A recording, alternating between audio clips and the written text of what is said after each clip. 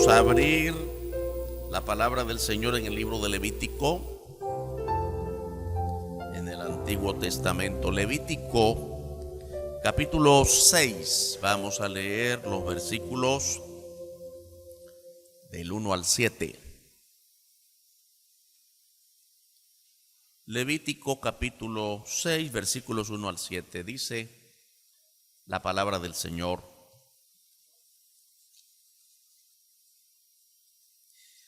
Habló Jehová a Moisés diciendo: Cuando una persona pecare e hiciere prevaricación contra Jehová, y negare a su prójimo lo encomendado o dejado en su mano, o bien robare o calumniare a su prójimo, o habiendo hallado lo perdido después lo negare y jurare en falso en alguna de todas aquellas cosas en que suele pecar el hombre, entonces, habiendo pecado y ofendido, restituirá aquello que robó, o el daño de la calumnia, o el depósito que se le encomendó, o lo perdido que halló, o todo aquello sobre lo que hubiere jurado falsamente, lo restituirá por entero a aquel a quien pertenece, y añadirá a ello la quinta parte en el día de su expiación.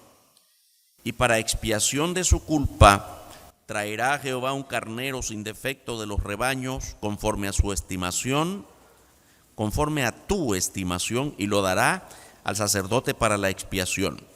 Y el sacerdote hará expiación por él delante de Jehová, y obtendrá perdón de cualquiera de todas las cosas en que suele ofender. Vamos a orar. Padre, te damos gracias. Este es el momento, Padre, en que nos encomendamos en tus manos, pidiendo perdón por todo pecado, todo aquello que puede nublar nuestra mente, estorbarnos, apartarnos de nuestro pensamiento recto delante de ti. Queremos pedir, Señor, que nos perdones y que ahora nos conduzcas en esta palabra. Queremos recibir esta verdad para adiestrarnos en vivir, aplicar tus grandes preceptos en nuestra vida diaria. Gracias por quienes pudimos llegar. Bendice nuestras familias, hogares, la vida en la pareja. Señor, las maneras en que enfrentamos la vida diaria, que lo hagamos conforme a tu voluntad para glorificar tu nombre. Oramos, Dios, en el nombre grande y eterno del Señor Jesucristo. Amén. Pueden sentarse, hermanos y hermanas.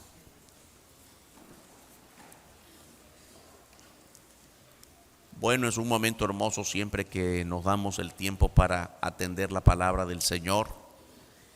Este es el segundo tema de una serie que hemos iniciado hace 2 domingos. El primer tema fue: todo daño debe ser restituido. Continuamos con esta serie. Todo pecado tiene que ser expiado para ser perdonado. Lo que hemos podido observar desde el primer tema es que nada queda en el aire y que el perdón no es solo palabritas. Bueno, le ofendí, perdóneme, está bien, ya, olvídelo, ya se acabó. Entre nosotros sí, olvidémoslo. Lo que pasa es que detrás de eso hay una gran verdad. Alguien ya pagó por esa ofensa, porque nada puede quedar sin pago.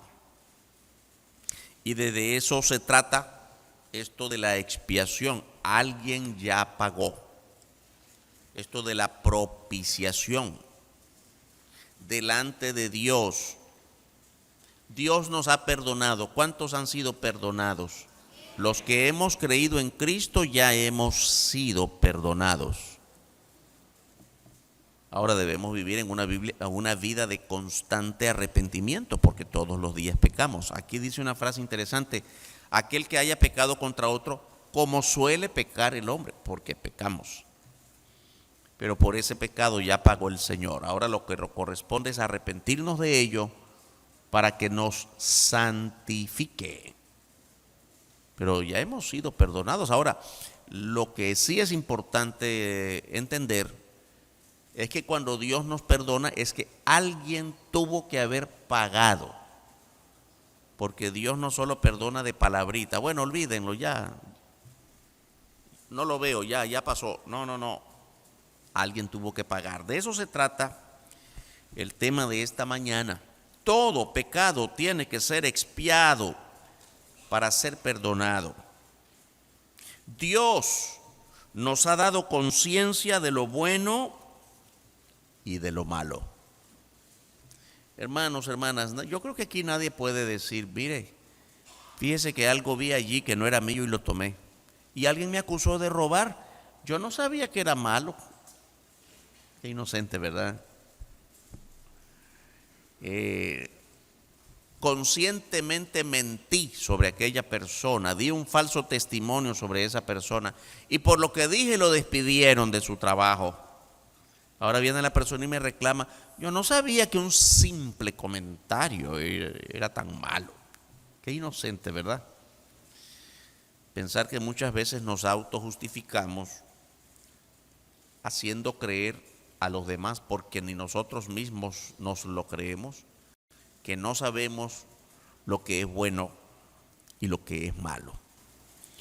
Todo esto pasa por un primer paso, es reconocer el pecado. Todos nosotros hemos sido habilitados por Dios en nuestra conciencia, en nuestro raciocinio, para entender cuando hemos hecho lo malo. Lo sabemos. Cuando hemos pecado contra Dios y contra el prójimo. El prójimo aquí es todo aquel que no soy yo. Se ha malentendido mucho esta palabra prójimo. Pensamos que el prójimo es el pobrecito. La palabra prójimo no tiene que ver con condición económica.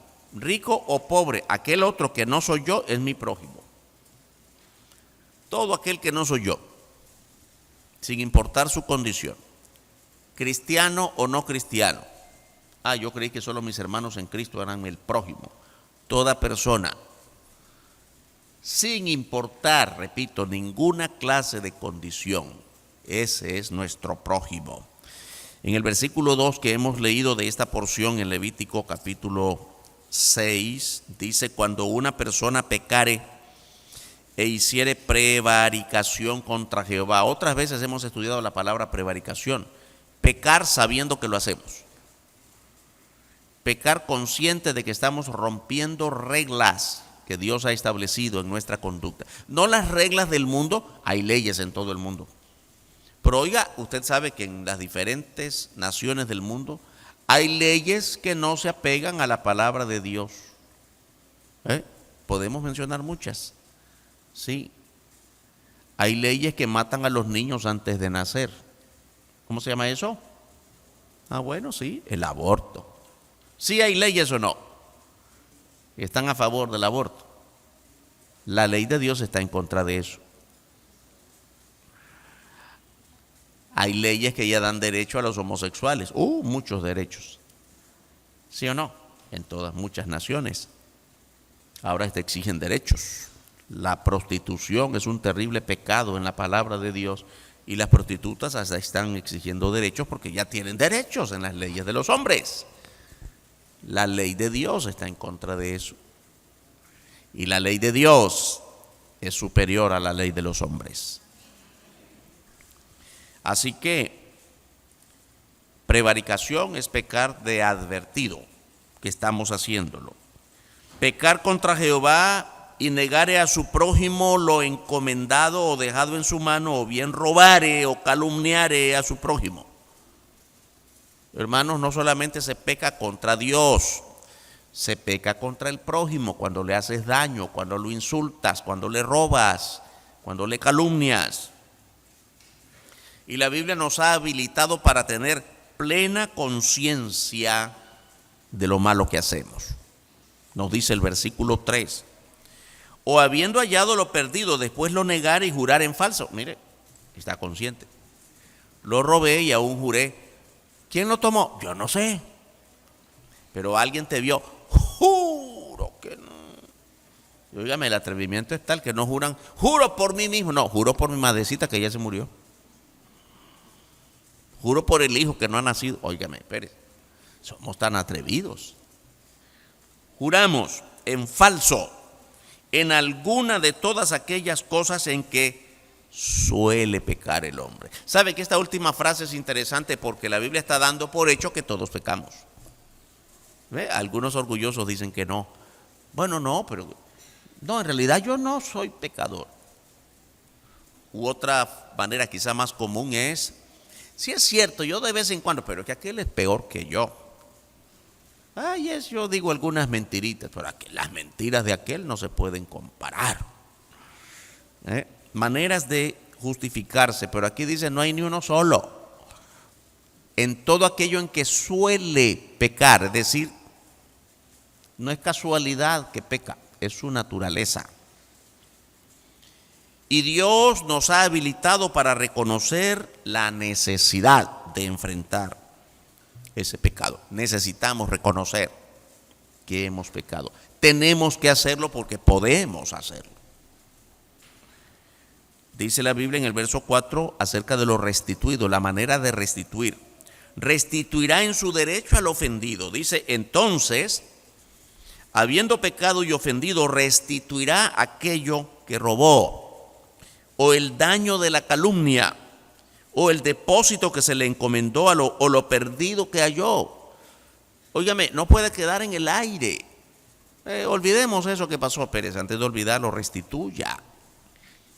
Pague lo que robó. Eso es lo que está diciendo. Aquí es restituir con hechos, no de palabras o sentimientos. Mire, ya le robé, pero no sabe cuánto lo siento. Pero ya pasó, ¿qué vamos a hacer? No, restituya. Es un hecho, es con acciones. Tiene que ser visible, evidente. Y nos habla la Biblia también de añadir lo restituido. Mire bien qué interesante.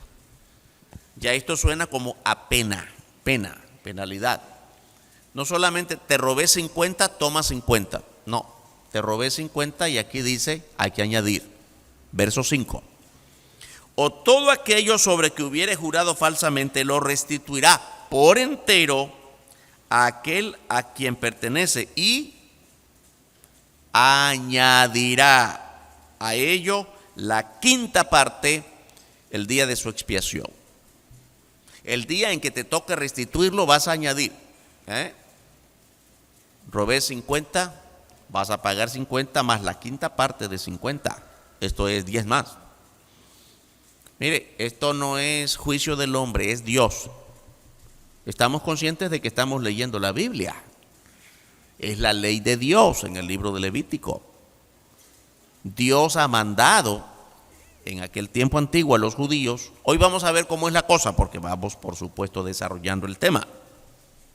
Dios mandaba al pueblo de Israel, a su pueblo, llamado a ser luz al mundo, llamado a ser ejemplo como nación santa, a restituir aquello que había sido un despojo y a añadir la quinta parte de ese despojo.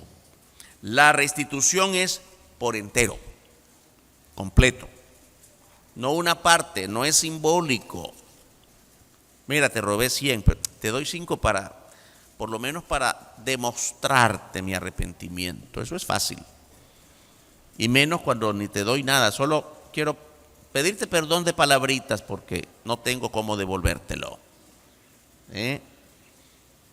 Ahora vamos a ver esta palabra interesante, la expiación.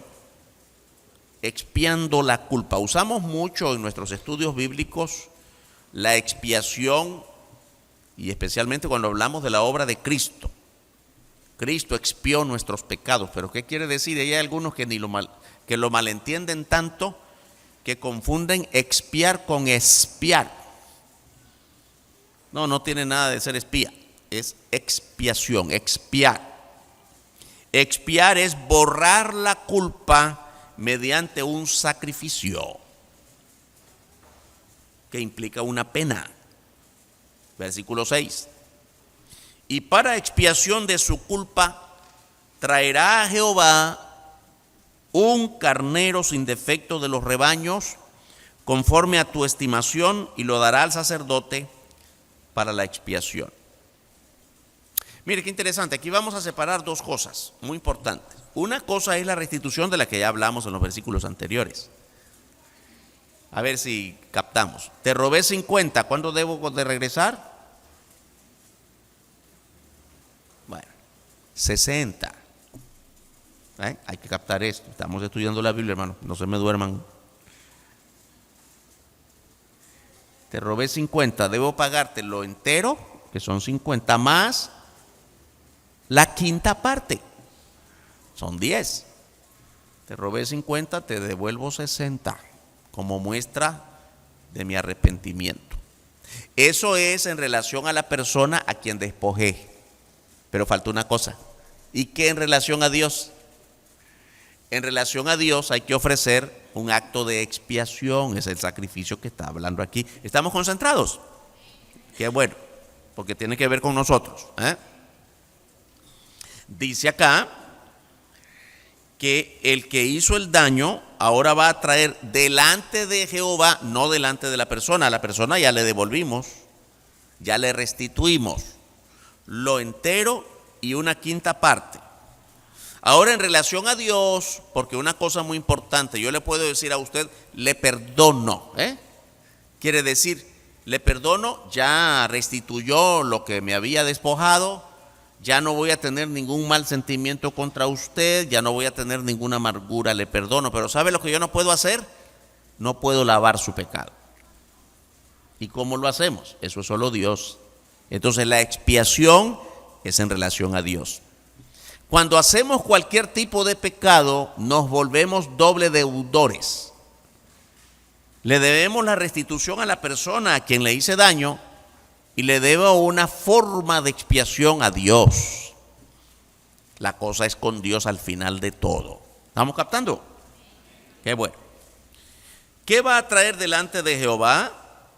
Dice que a Jehová traerá un carnero sin defecto de los rebaños. No cualquier animal.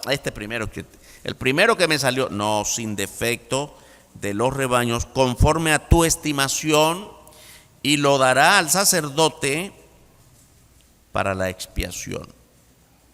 Lo mismo que ha estado establecido en el templo, en el altar del sacrificio. El sacerdote es quien hace la ceremonia, el pecador trae la ofrenda para el sacrificio.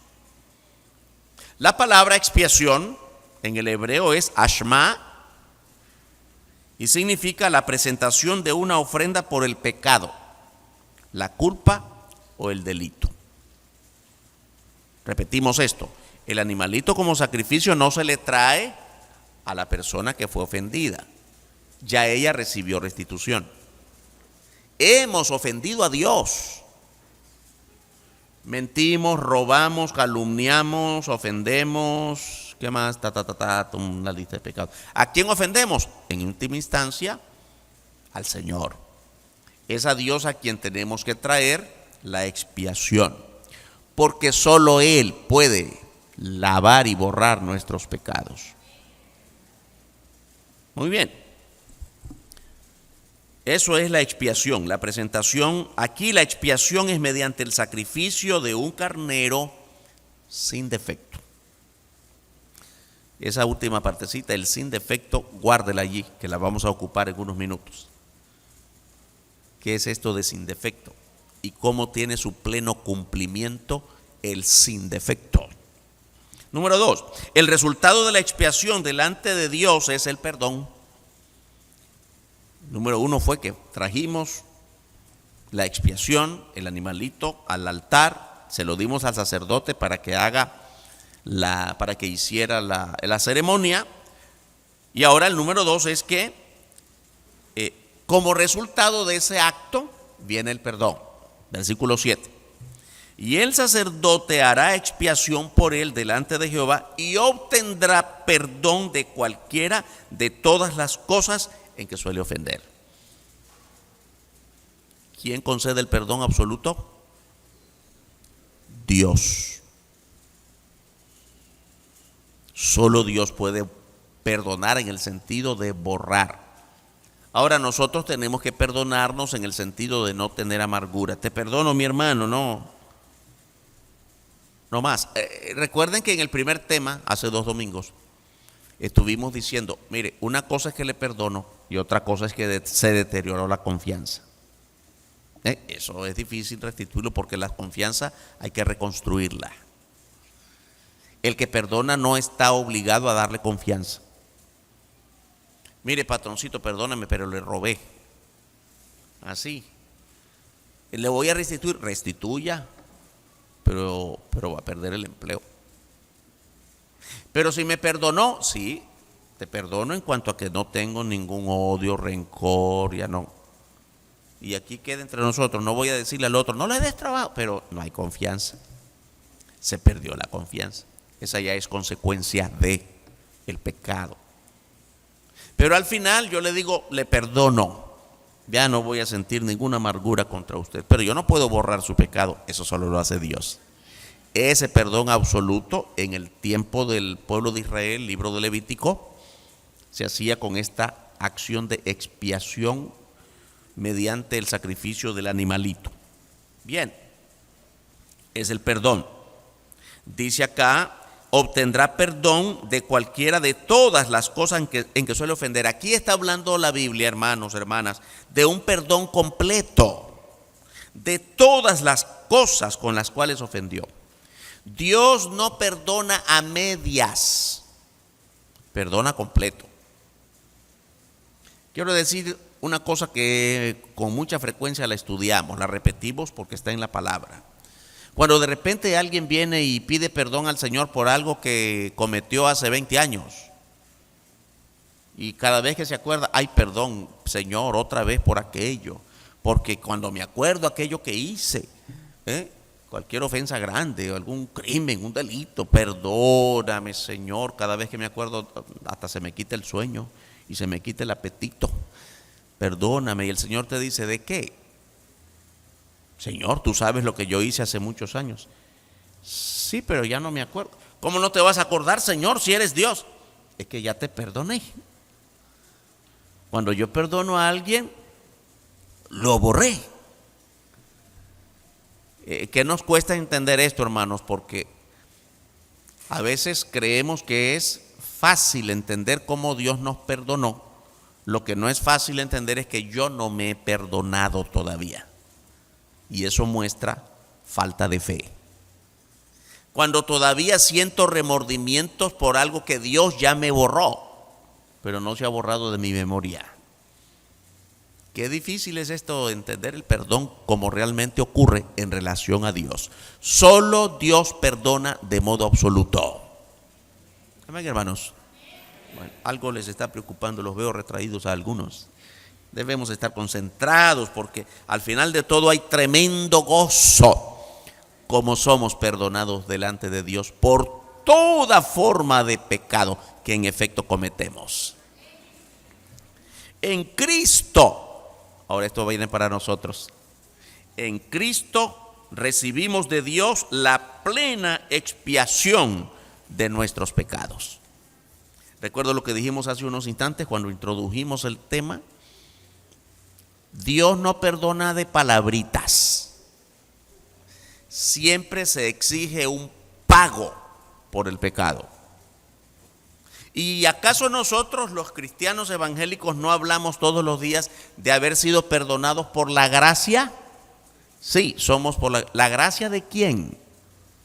La gracia de Cristo o la gracia de Dios dada a nosotros en Cristo. ¿Qué quiere decir esto? Ahora entiendo por qué soy salvo sin yo haberlo pagado. ¿Cuántos somos salvos aquí? ¿Cuánto pagó usted?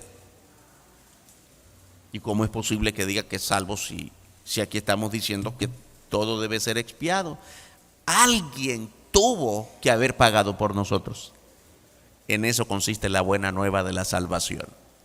Somos salvos sin haber pagado nada porque alguien pagó por nosotros. ¿Y porque alguien tuvo que haber pagado? Porque usted y yo no teníamos cómo pagar.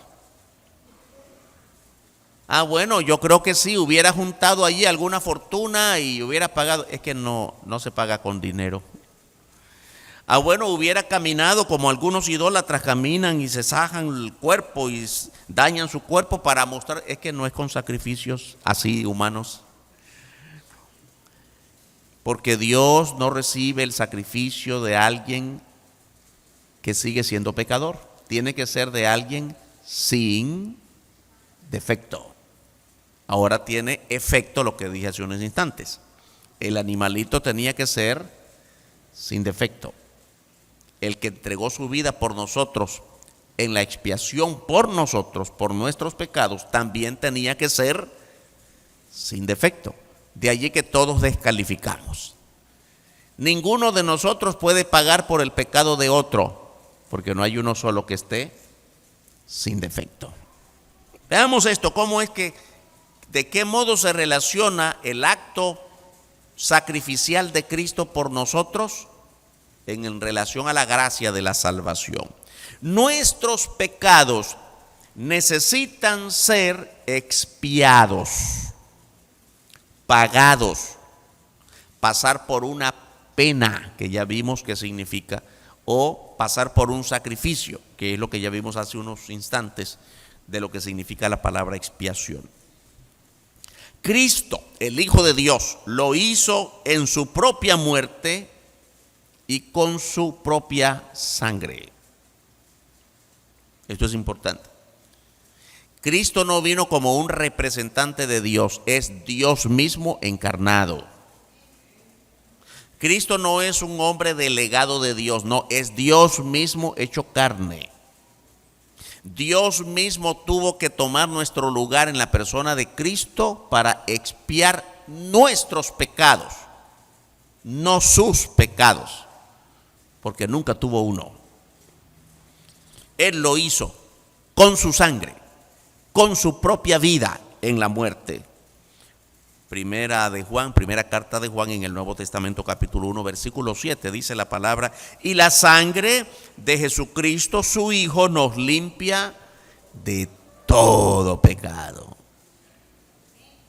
Los que hemos creído en esto debemos gozarnos cada vez que lo leemos.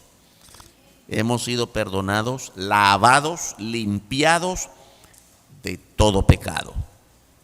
No de los poquitos, no de los solo grandes o muchos, no, de todo pecado. Y también ese acto de Cristo fue por nuestra culpa. Primera de Juan, capítulo 2, versículo 2. Y Él, Jesucristo, es la propiciación por nuestros pecados. Y no solamente por los nuestros, sino también por los de todo el mundo. Amén, hermanos.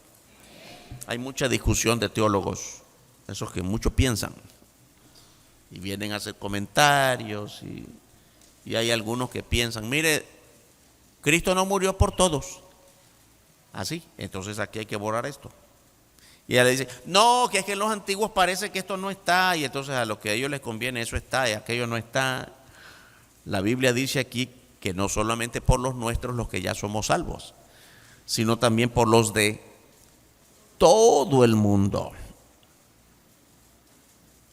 Y si vino a morir por todo el mundo, ¿por qué no todo el mundo es salvo? Porque que Cristo murió es solo que la puerta está abierta. Ahora, ¿quién quiere entrar? Eso es otra cosa. Cristo no va a empujar a nadie. Dice la Biblia, el Señor Jesús hablando: yo soy la puerta. La puerta, por causa de nuestro pecado, la puerta que accede a Dios, al perdón de Dios, estaba cerrada. Cristo en su muerte, por su muerte expiatoria, por su muerte en sustitución nuestra, abrió la puerta que nos conduce al Padre. Usted puede abrir esta puerta y a una multitud que está afuera usted le dice: entre, venga, que esto está bonito. Y hay algunos que deciden entrar, pero seguramente la mayoría va a decir: no, tengo otras cosas más importantes que hacer. Y se quedaron afuera. Y usted dice: pero ya abrí la puerta. Muchas gracias. ¿Para quiénes la abrió? Para todos. No todos quieren entrar. Ahora usted va a entrar, va a salir y los va a empujar. No, porque es voluntario. No los puede empujar. Es lo que Cristo hizo. Ya soy la puerta abierta que conduce al Padre, y está abierta esa puerta. Venga todo el mundo, pero no todo el mundo quiere entrar. Él la abrió para todos, pero cada uno decide si entra o no entra. De hecho, la palabra del Señor dice: el que quiera venir en pos de mí, niéguese a sí mismo, cargue su cruz cada día y sígueme. ¿Quién es? El que quiera. Todos pueden hacerlo, no todos quieren hacerlo. Así que Él murió por todos, no solo por los que ya somos salvos. La palabra propiciación, dice Él, es la propiciación por nuestros pecados. Propiciación en el griego, hilasmos, el expiador, el propiciador, el que hace el sacrificio. Hermanos, en el Señor Jesucristo se cumplen dos cosas. Él es el sacrificio y Él es el sacerdote que trae el sacrificio al altar. Sí, Él vino como pecador sin haber cometido un solo pecado. Vino en vez de nosotros, al sacerdote. Él vino como pecador sin ser pecador y se ofreció a sí mismo como el animalito de la expiación. Hermanos, cuando escudriñamos cada uno de estos detalles, solo podemos decir: Señor, te doy gracias. ¿Quién soy yo para que hagas tantas cosas por mí? Absolutamente ninguno aquí de nosotros puede sentirse medio digno de que el Señor hiciera lo que hizo por nosotros. Cristo expió nuestros pecados. Él lo hizo de modo voluntario. Cristo expió nuestros pecados porque ocupó el lugar del carnero del sacrificio, el lugar del animalito, delante de Dios. Lo leemos así en el libro de Hebreos capítulo 9, versículo 26. Dice la palabra: pero ahora, en la consumación de los siglos, es decir, al final de los tiempos, se presentó una vez para siempre el Señor Jesucristo, está hablando de Cristo, por el sacrificio de sí mismo, dio su vida por sí mismo, por nosotros, para quitar de en medio el pecado. ¿Por qué dice de en medio? Porque nuestro pecado se puso en medio como la puerta cerrada que no nos permitía recibir el perdón de Dios. Esa puerta estaba cerrada, ese pecado estorbaba nuestro paso hacia Dios. Por el sacrificio de Cristo, Dios perdona nuestros pecados de modo pleno y total. No a medias. Cristo fue el sacrificio y el sacerdote. Porque ninguno de nosotros iba a recibir a Cristo, quien es santo de manera sin pecado, como para recibir a Cristo su propio sacrificio. Solo Cristo podía recibirse a sí mismo en el altar del sacrificio. Él es el expiador, Él es el propiciador, Él es la expiación, Él es, como dice Isaías, el cordero que fue inmolado por nuestros pecados, como cordero fue llevado al matadero. Él fue el animalito, ocupando el lugar del animalito de la expiación. Él fue el propiciador y él mismo fue el sacerdote santo que se presentó delante de Dios para ofrecer el sacrificio por nosotros. Hermanos, no merecemos tanto de Dios. Nuestro pecado es tan vil que Dios no siquiera podía verlo. Por esa razón es que el Señor en la cruz dijo: ¿por qué me has abandonado? Porque el Señor, el Dios Padre, no podía ver al Hijo cubierto de nuestros pecados. Ni uno solo de esos pecados era suyo. Todos eran nuestros. Pero su sacrificio fue suficiente. Una sola vez. Qué efecto tan grande el del sacrificio de Cristo y su sangre. Solo tenía que morir una sola vez por nosotros, y ese sacrificio fue válido delante del Padre, y que tiene efectos hasta el día de hoy y después del día de hoy, porque sigue perdonándonos, sigue lavando nuestros pecados. Hebreos capítulo 9, versículos 27 y la primera parte del 28. Mire lo que dice: y de la manera que está establecido para los hombres que mueran una sola vez, y después de esto el juicio. Así también Cristo fue ofrecido una sola vez para llevar los pecados de muchos.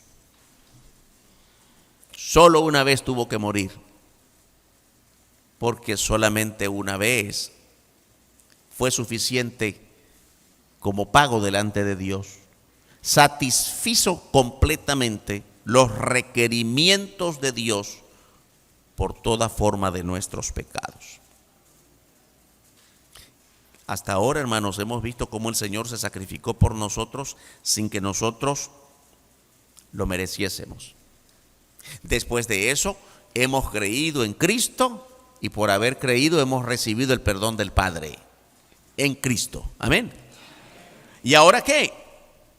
Bueno, ahora viene algo maravilloso. Mientras pasamos nuestra vida aquí, testificamos de Cristo, nos gozamos en Él, somos la iglesia en el mundo que predica su palabra. ¿Qué estamos esperando? Sin duda algunos va a decir, bueno, estoy esperando morirme para ir al cielo. Sí, sin duda, hermanos, no hay nadie de nosotros que no vaya a morir. Sin embargo, hay otra cosa que podemos esperar. La Biblia enseña que el Señor volverá por nosotros. Solamente esa generación de los que estén vivos cuando Cristo venga no gustará la muerte del cuerpo. Serán transformados. Si el Señor viniese ahorita, qué bendición tan grande. Nadie tiene que hacernos una vela. Nuestros cuerpos serían transformados y para irnos con Él, para vivir con Él para siempre.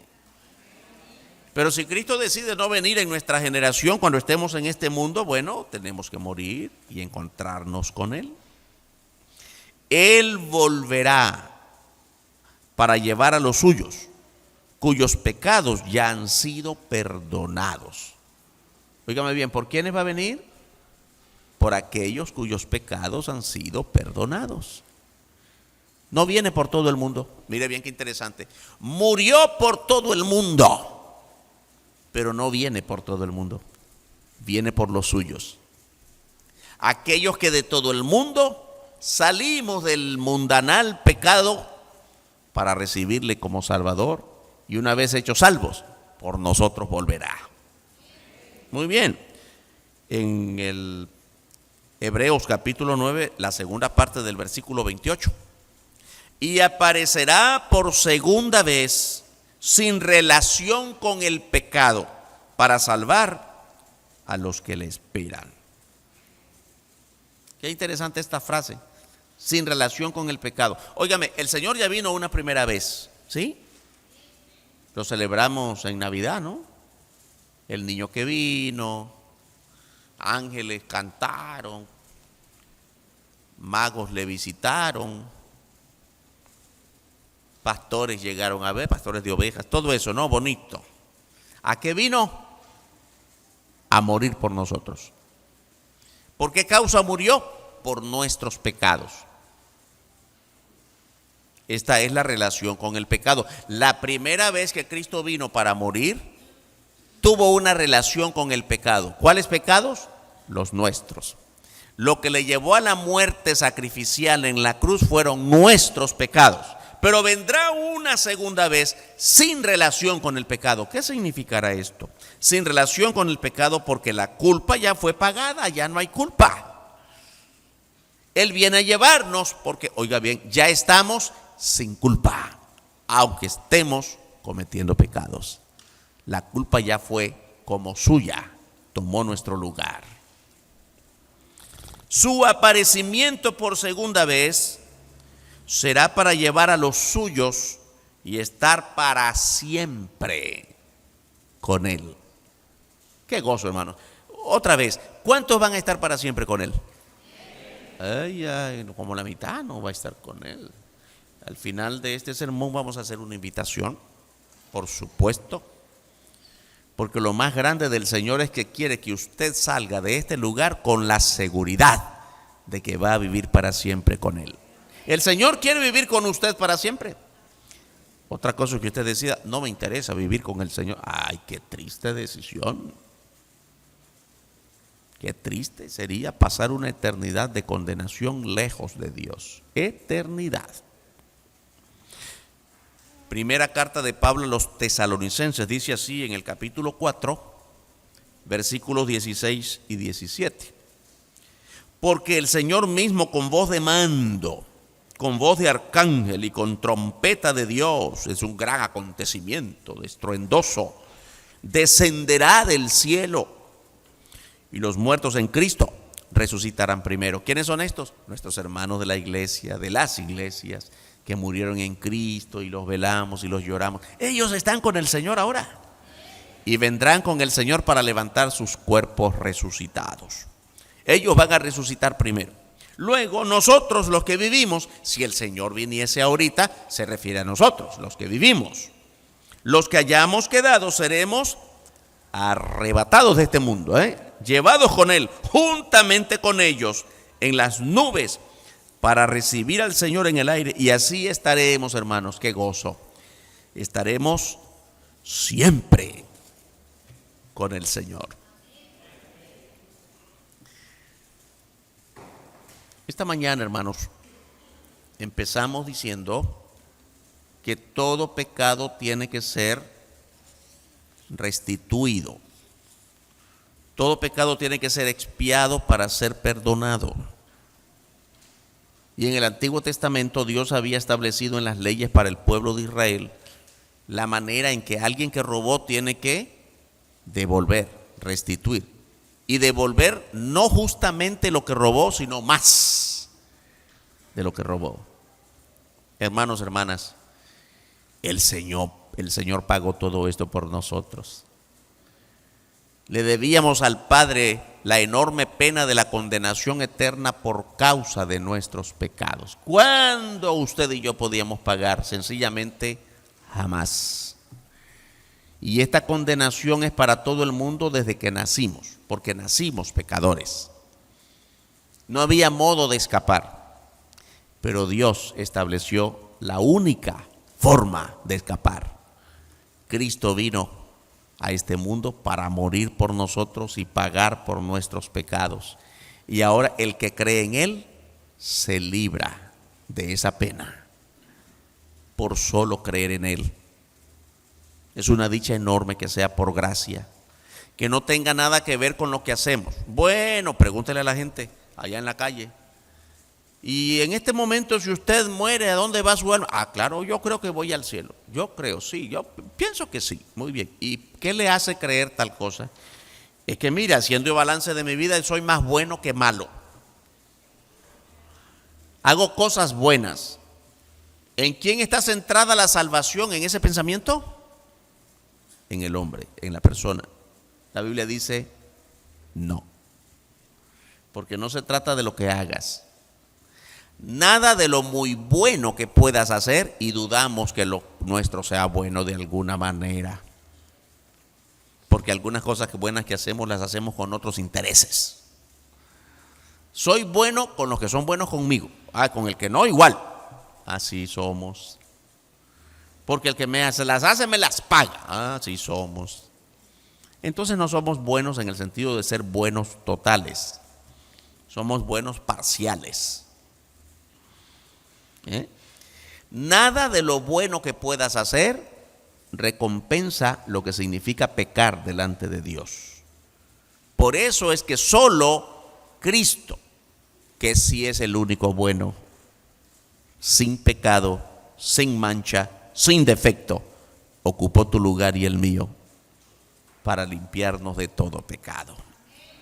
La gracia de Dios para con nosotros consiste en que alguien tuvo que pagar el precio de la muerte por el pecado.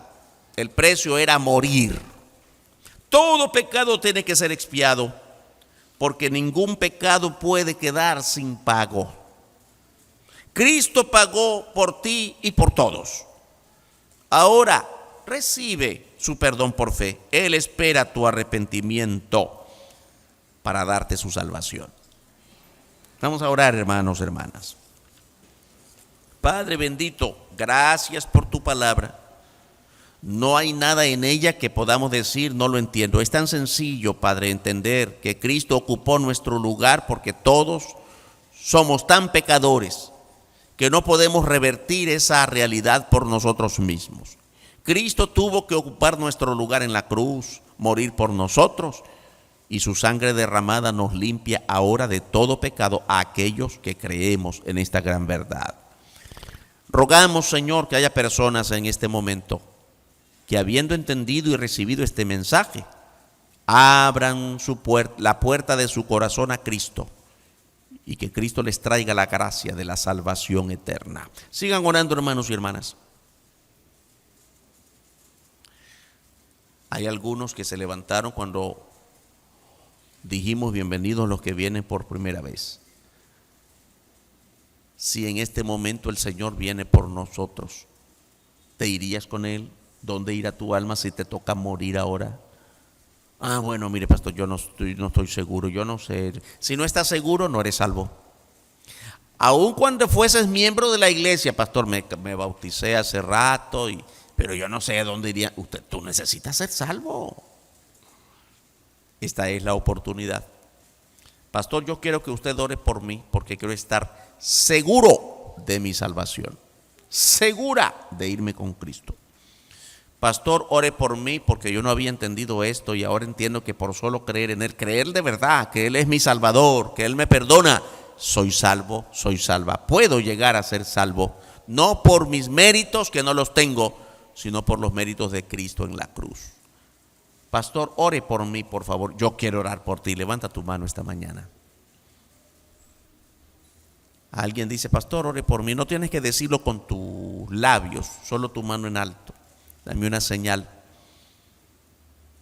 Pastor, yo quiero alcanzar la salvación en Cristo. Quiero recibirla.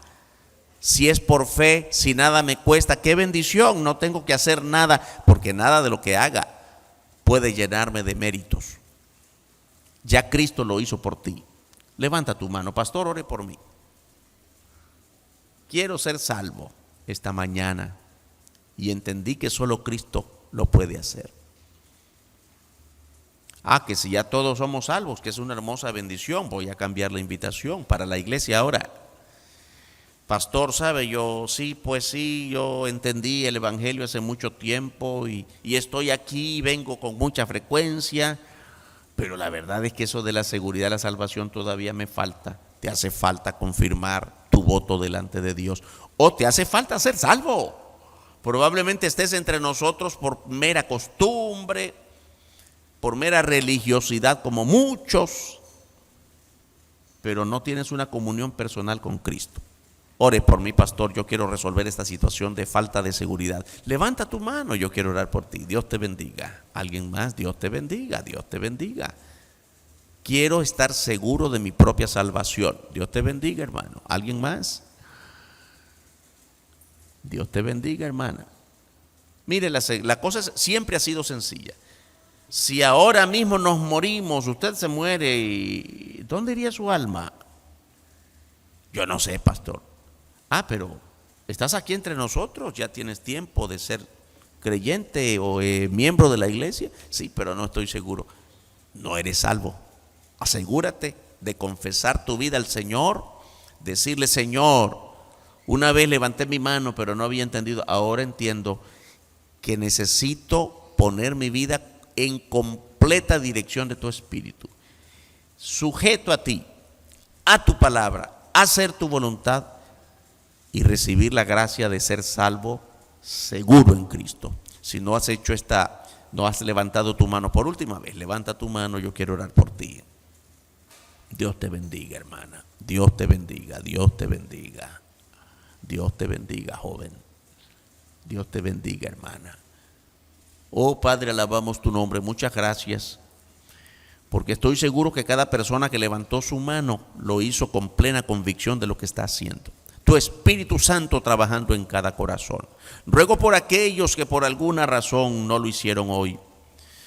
Que tu Espíritu Santo siga haciendo la obra y nosotros que sigamos predicando tu verdad tal cual ella es en las Santas Escrituras.